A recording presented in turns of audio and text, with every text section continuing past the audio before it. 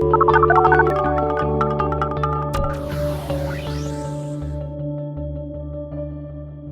and welcome to The Pollsters. I'm Margie O'Mara, Democratic pollster with PSB Research. And I'm Kristen Soltis-Anderson, Republican pollster with Echelon Insights. And each week we bring you the latest polls driving the news in politics, tech, and pop culture.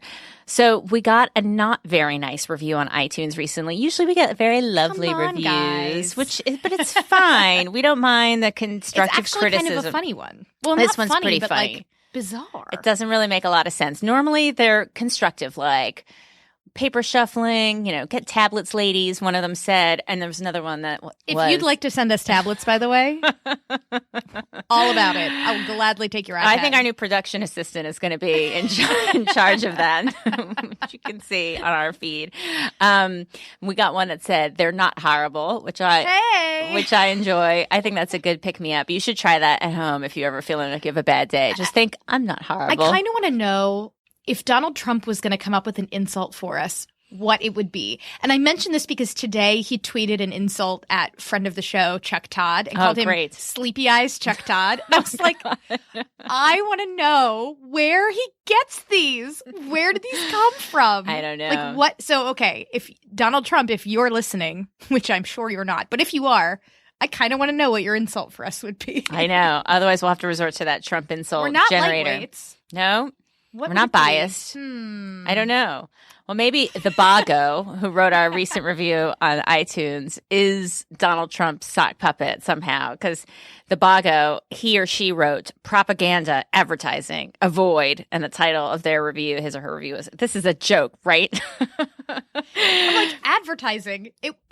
I wish if we had advertising, we'd be getting paid to do this. That's right. We're just doing this out of the goodness of our heart, and we are not subjecting y'all to advertisements. Exactly. And propaganda for what? Like for, moderate, centrist, balanced debate.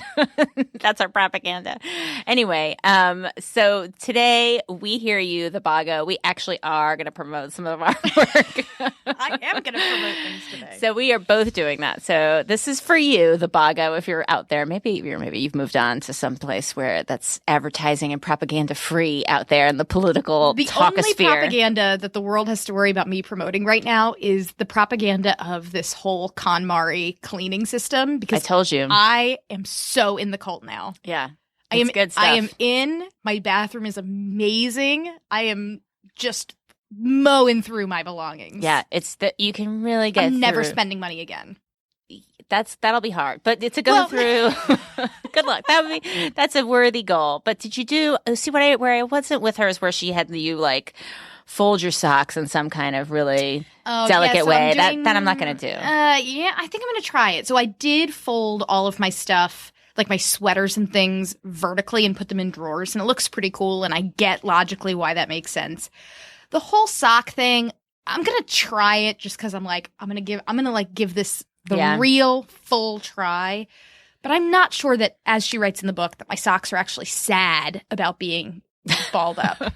Like, she has a very kind of Toy Story view of exactly your possessions. Yes. Like, you leave the house and they have like feelings and things. Right. Which might be true. Right. In which case, actually, then her whole system is really, really, really awful, because it's like, oh, your belongings all have feelings and you should treat them well. Except execute everything. Except for the 70% that you are literally sending to the dumpster to be in pain forever. Yeah. I digress. Anyhow, there's your propaganda. Yeah. Everybody needs to KonMari their house. The last thing I have time for is to consider the feelings of all of my half unused broken toys and socks and, old handbags and things. So, that's where she loses me a little bit.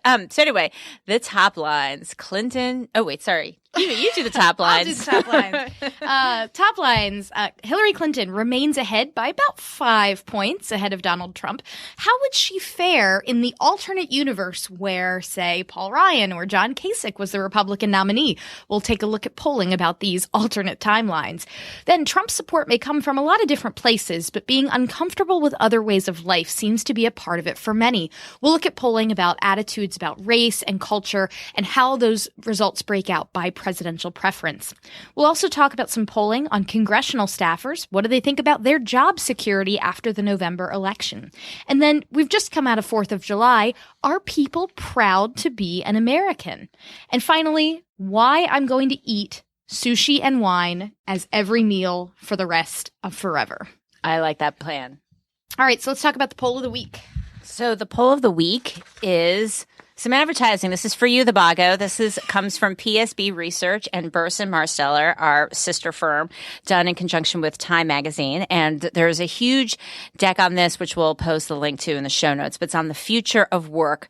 Last year, PSB and Burson did a poll on the on-demand economy, which I think we might have spoken about with, folks who were members of the on-demand economy. They had done some sort of behavior. They had worked as a part of the sharing or on-demand economy themselves. This time, the poll was of employers broken out by size of company, and it was interesting. And there's a lot to dig through, but we'll just touch on a couple of highlights. That a majority have used some sort of non-employee contingent workers, right? So this is not just looking at the Ubers of the world. This is any kind of company using sort of part-time independent contractors. And they're thinking about this pretty carefully. So, on the one hand, a lot of companies have used this. On the other hand, and they see these types of employees as helpful for quickly adjusting to workforce as needed, saving money on benefits, allowing to hire for more specific skills. You hire someone who's got a specific skill set, you can use them for a short period of time.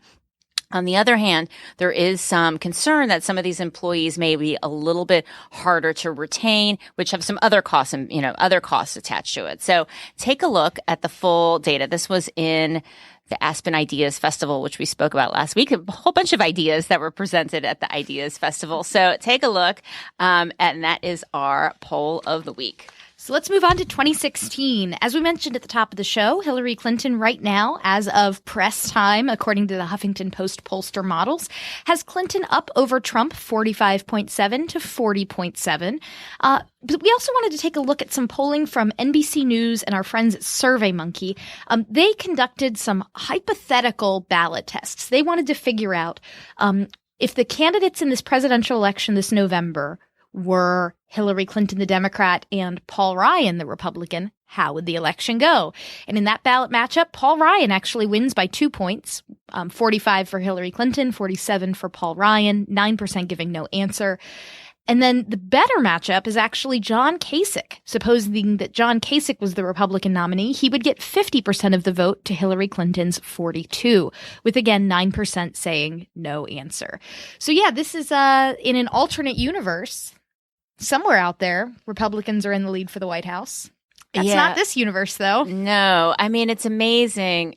And we're not going to dig too deep on the overall head-to-head because of the holiday. There weren't a lot of new polls in the last week. And, it doesn't really show anything that different. It shows a race that is really, in my view, disturbingly close. If you look at the overall Clinton versus Trump, given all of the craziness behind Trump's candidacy and, the fact that it's tighter with candidates not saddled with all the obvious baggage Trump has, I think makes it, reflects the kind of, divided world that we live in. Obviously, Kasich and Ryan haven't had a full onslaught of this year presidential campaign attacks, even though they've both been in the public eye. It doesn't mean that, the regular voter is going to have, heard and assimilated all of that info. But still, this shows that Trump is vulnerable compared to the Republican brand overall. And so what does this mean for the convention? What does it mean for Republicans' views about their candidate, about what the establishment thinks, what's next for Republicans? I mean, you had some thoughts in your latest Examiner column. Oh, yes. I put my sadness down in words like a moody high schooler writing bad poetry. Except this was my column for the Washington Examiner this week.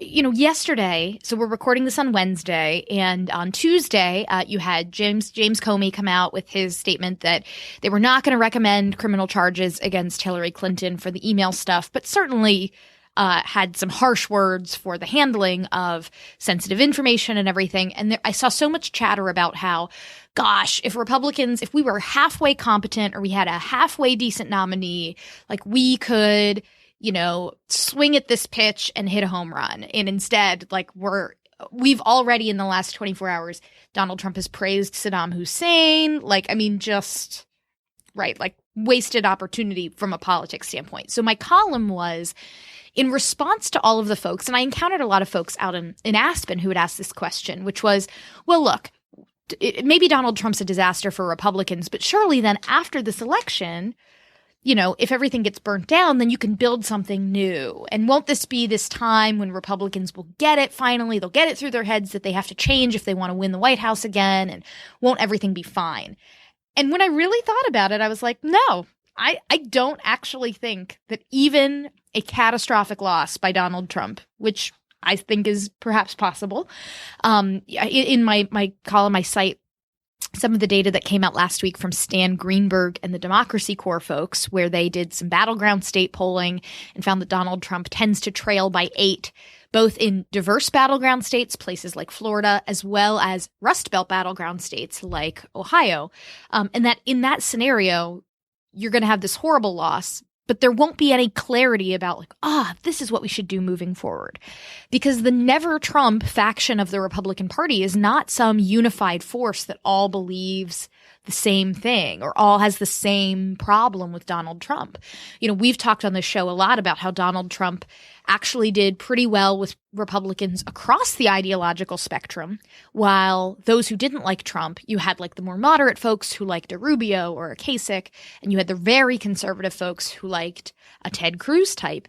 And so those two factions are united right now in their frustration around Donald Trump, but they will each blame each other for making Trump happen. Why didn't your guy drop out earlier? Or even at a bigger level, your side is the one with all of the nasty extreme rhetoric and talk radio and blah, blah, blah. And so you guys created the conditions for Trump. No, you guys were the ones that wanted amnesty and bailouts and were in the pocket of K Street and didn't stand for anything. And so you created Trump. Like that's the fight that's going to happen. So get excited. That's where things are headed. This column was me just like, because I've spent so many years trying to fight to make the case for like, hey, Republicans, here's how you can stop losing. And I've just been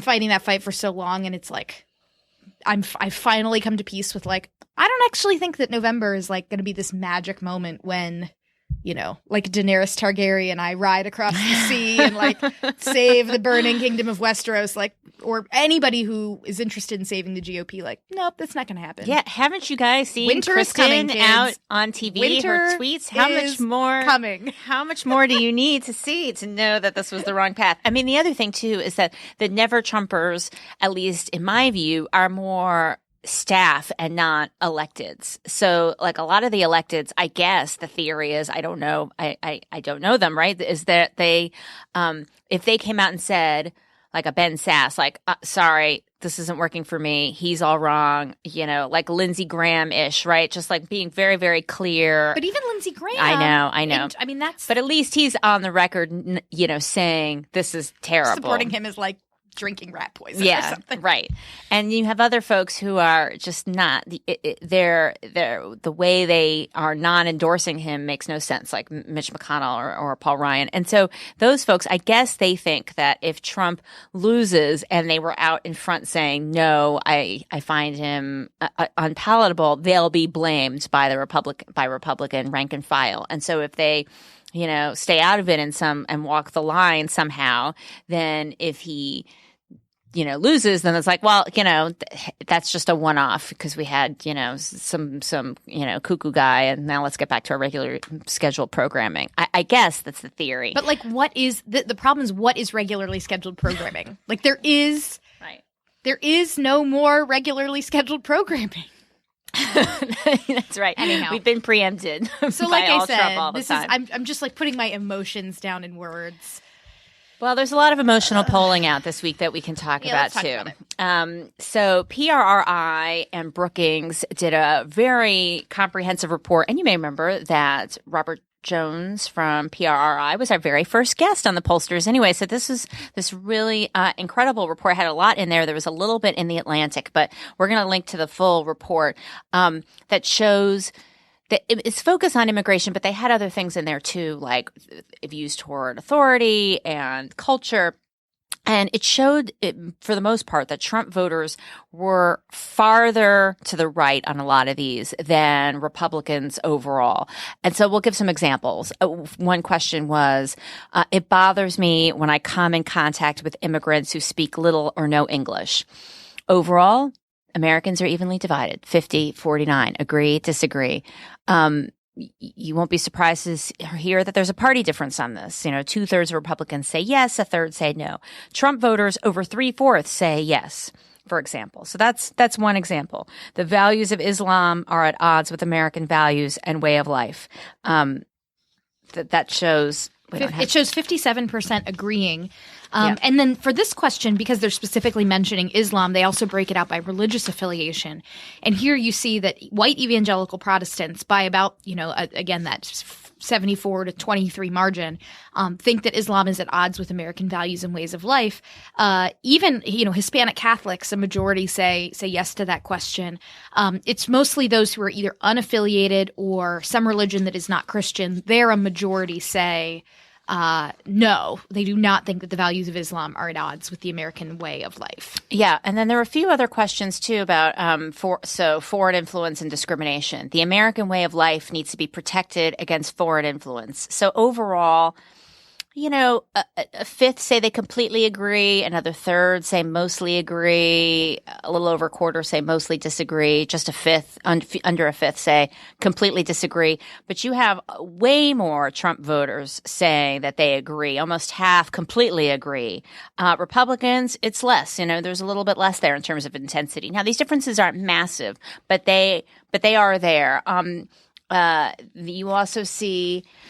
So then the other question that comes up is this question of race, and something that Donald Trump has talked a lot about, when he talks about discrimination or these things, he'll talk a lot about how now, basically that if you're a white man, that you have become public enemy number one for a lot of folks. And so this other question they asked was, today, discrimination against whites has become as big a problem as discrimination against blacks and other minorities. And Americans are pretty split on this, 49-49.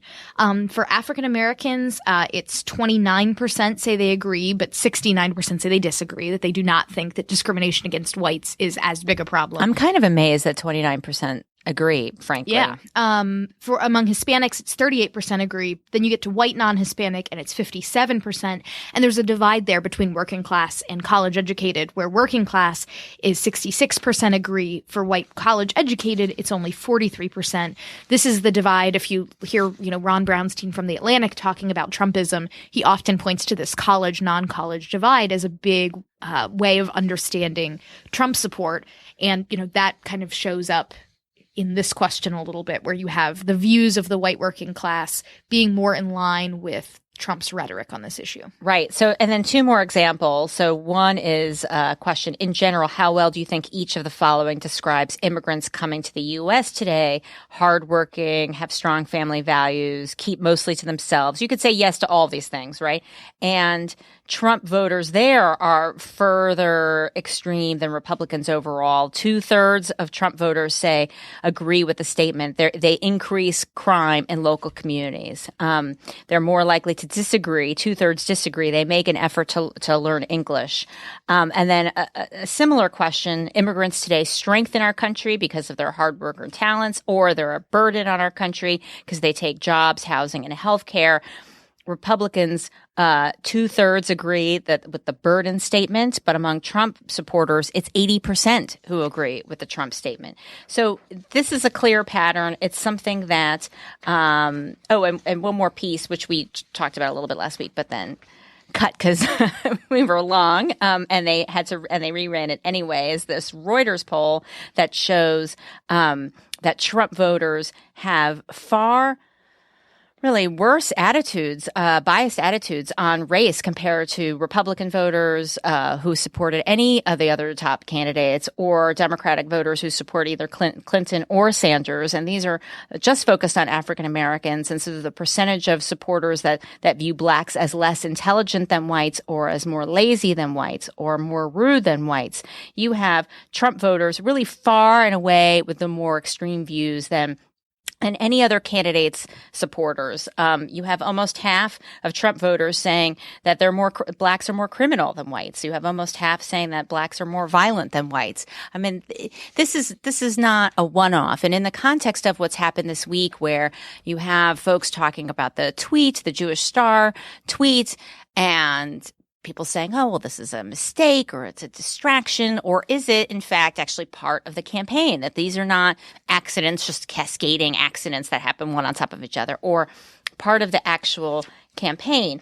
And what does this mean for Republicans? What does it mean going forward? I mean, what does it mean for how we talk about this? Well, and one of the things that I think is important to point out is that these results, while depressing, even sort of the most grim response, which is on this question about violence, where you have just under 50% of Trump supporters saying they view blacks as more violent than whites.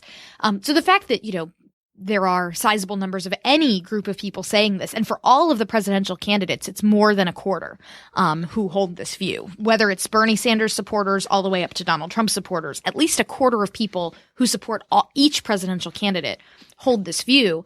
The important thing to keep perspective on, though, is, people may be listening to this and are like, well, wait a minute.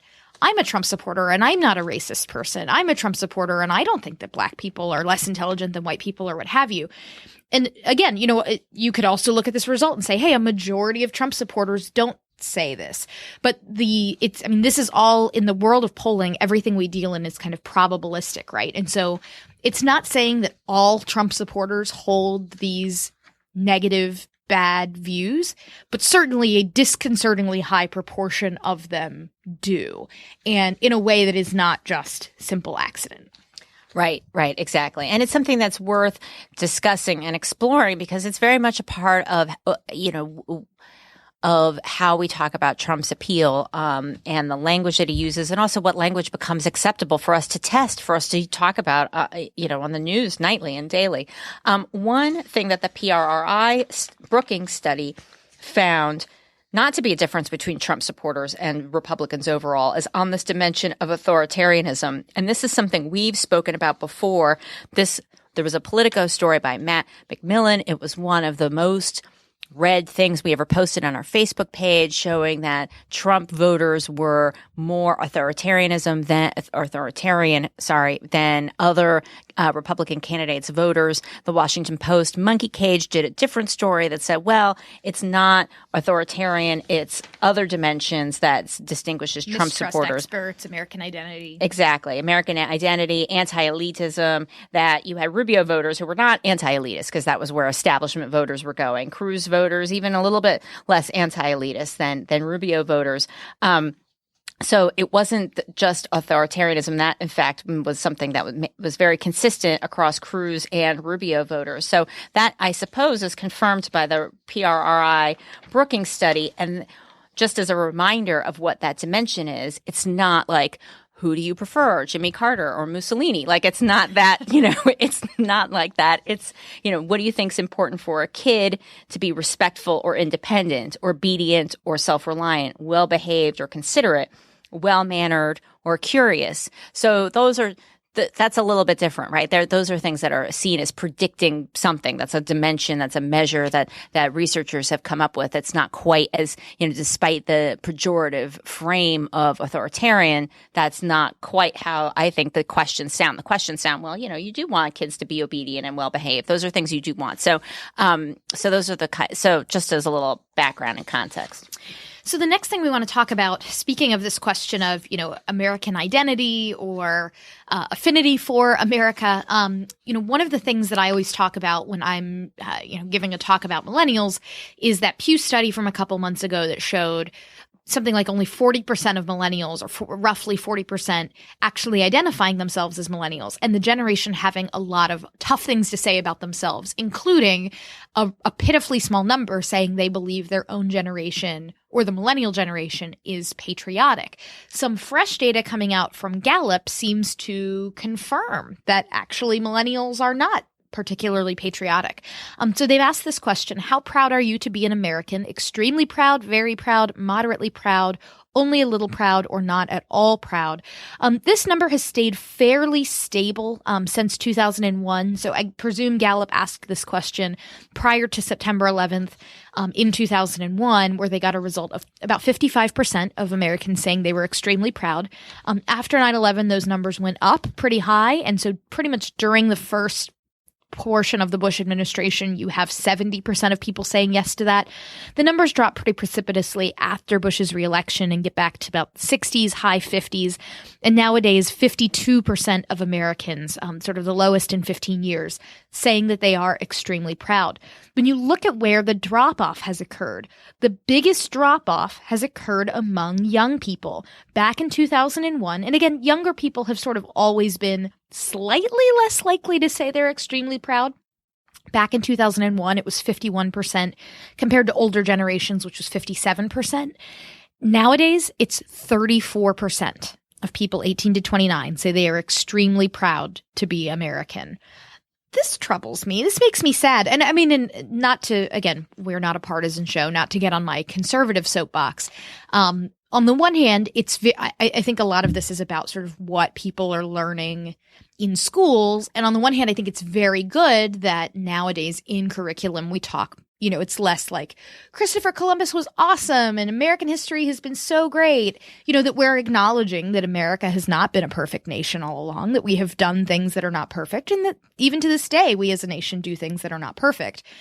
But that has now led to a culture where saying like, I'm not proud of my country because, we're terrible and we do all of these things, like that's become very common. And that makes me very sad. Right. Someone who is not from this country once told me that they found it kind of jarring to come to Washington and see members of Congress or politicians on the floor on TV say America is the greatest country on earth. I'm like, what do you mean? Right. Okay. We do that more often. Right. So, I mean, there is something about that American exceptionalism, which isn't, this question doesn't quite get at this, but it still gets at it a little bit. And the fact that there's been such a big drop among younger folks, that could be something particular to this newer crop of younger folks, or it could be a trend that could carry on longitudinally. We don't know the answer to that. But one thing, I guess this is good news, that Republicans, independents, and Democrats have all dropped by basically the same amount over time. So that is one, I suppose, party unifying thing. Yeah, it's not really about race. In fact, so part of this, you've got like the really, excellent book, Ta-Nehisi Coates, that came out, all about sort of the history of America and race relations and how, we can't sugarcoat the way that American history is just, covered in really terrible stories along these lines. But it's actually white Americans who are seeing the biggest decline. That you actually, from 2001 to 2016, you've had an increase of 6 points of non-whites saying that they are extremely proud to be an American, while for whites, it's been a drop of 4 points from that sort of pre-9/11 figure. Right. So, what does this all mean? Does this mean, if you look at the context of people being worried about America, concerns about changing culture, the rise of Trump, the seemingly unlikelihood that he's going to be replaced by somebody else at the convention, I guess that's still TBD.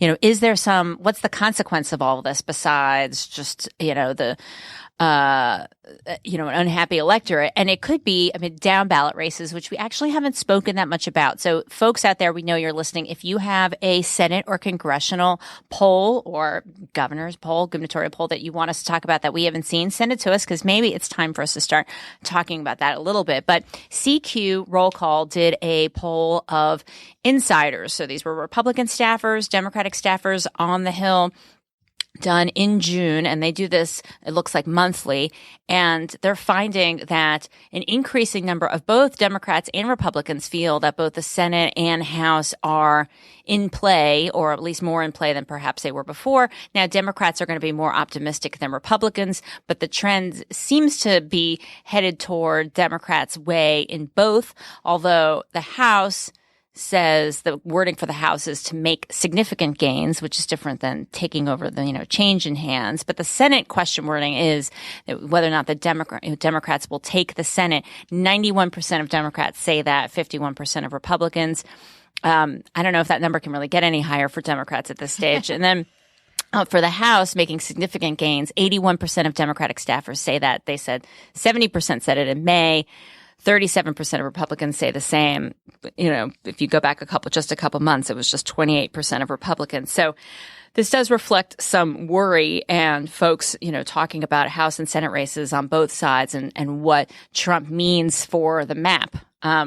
What are you hearing out there? Yeah, well, so first of all, we like to talk about survey methodology on this show when prudent, and I think it is prudent to talk about it here because this is a really hard population to study. I've had lots of clients that have said, we want to study, Capitol Hill insiders and things. It's very hard to do. Even if you're someone that has a brand as well-known and trusted and established as something like a CQ or roll call, it's still, the responses here, they got 96 Republican staffers and 124 Democratic staffers to take this survey. So, we don't know how many they contacted or what the response rate was.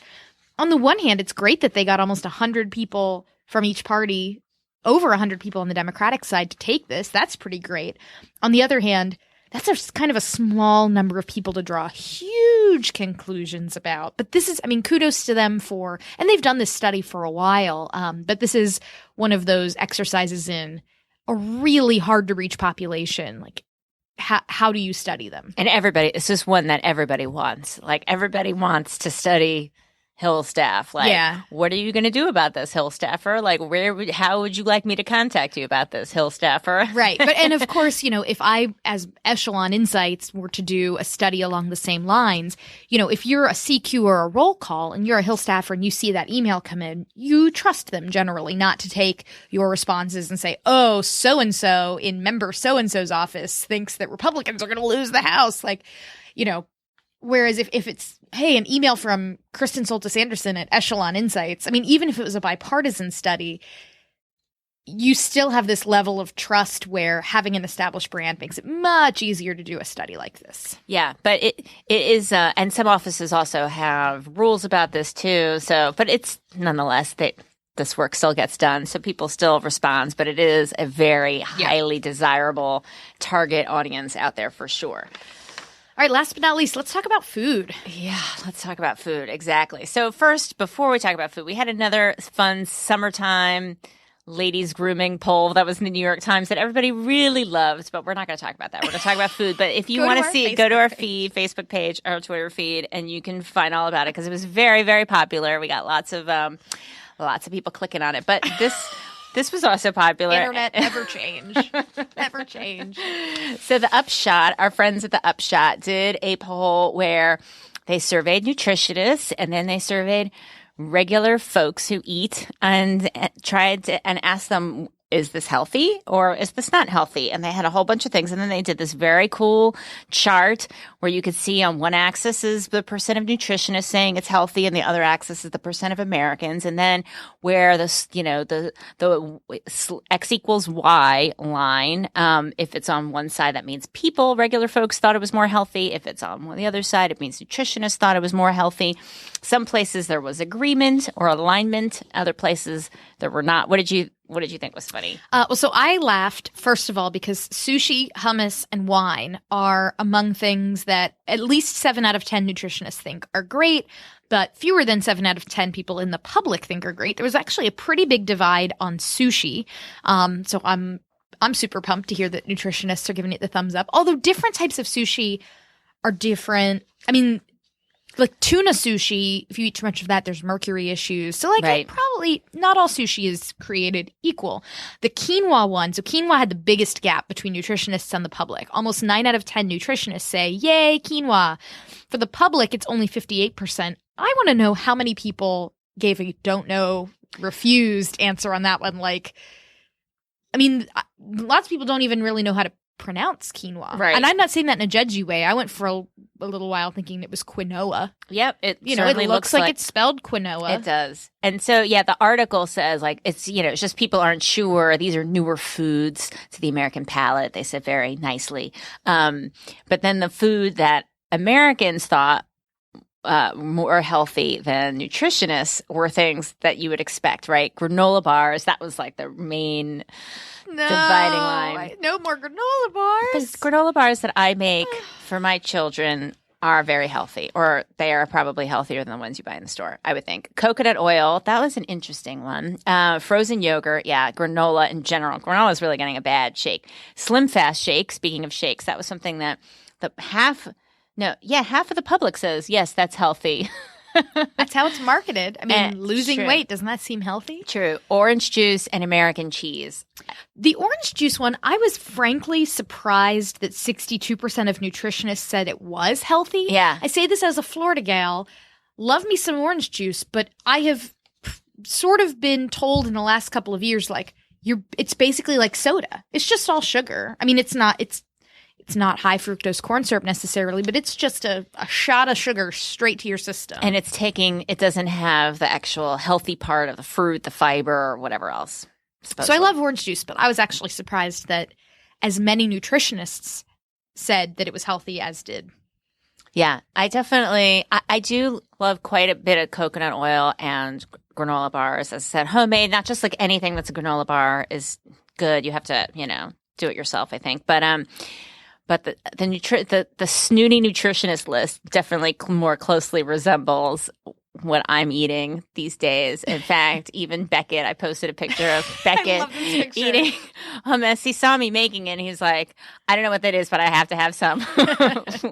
That's how I interpreted it, as shouts and screams and crawling over to me. So I gave him some, and he just like literally smeared on his face in excitement. Hummus spa day for Beckett. It does look like like he's got a beauty mask on. Of coconut hummus. oil is one of those things too that I feel like I read that, you should be using coconut oil instead of olive oil when you do certain types of cooking. And so I marched myself down to Trader Joe's or Whole Foods or wherever, and I grabbed a little jar of coconut oil off the shelf, and I got home and opened it and was like, this is just a brick.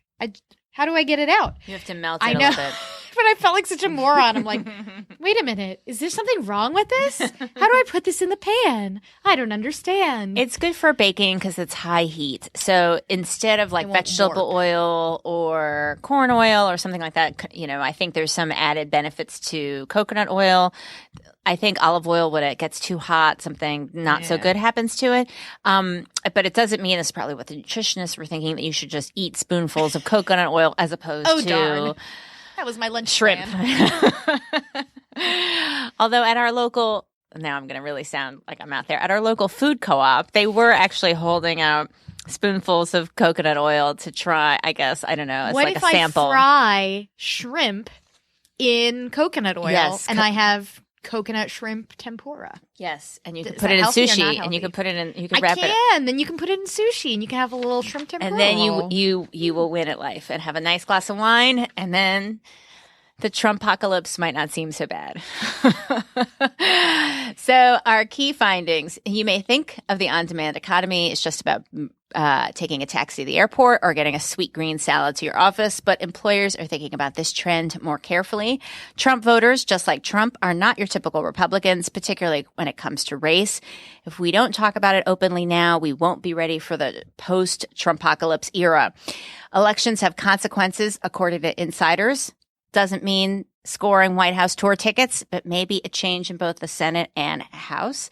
Hopefully you celebrated the 4th by being proud to be an American. And if not, hopefully you ate some wine, sushi, tofu, or hummus in true multi-culti American fashion. You can find us on Twitter at The Pollsters or individually at Margie O'Maro and at K. Soltis Anderson.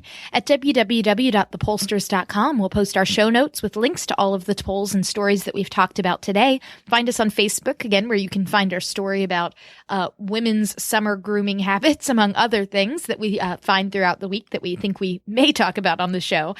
Don't forget to give us a review. Again, even if it's a negative review, sometimes those amuse us, but we'd really rather you write a positive one. And don't forget to tell your friends about the show as well. In the coming weeks, both Margie and I will be traveling to various political conventions. It's about to be a real exciting time around here. So stay tuned. Tell your friends. We are just getting into the fun part of this election season. Thanks. Bye.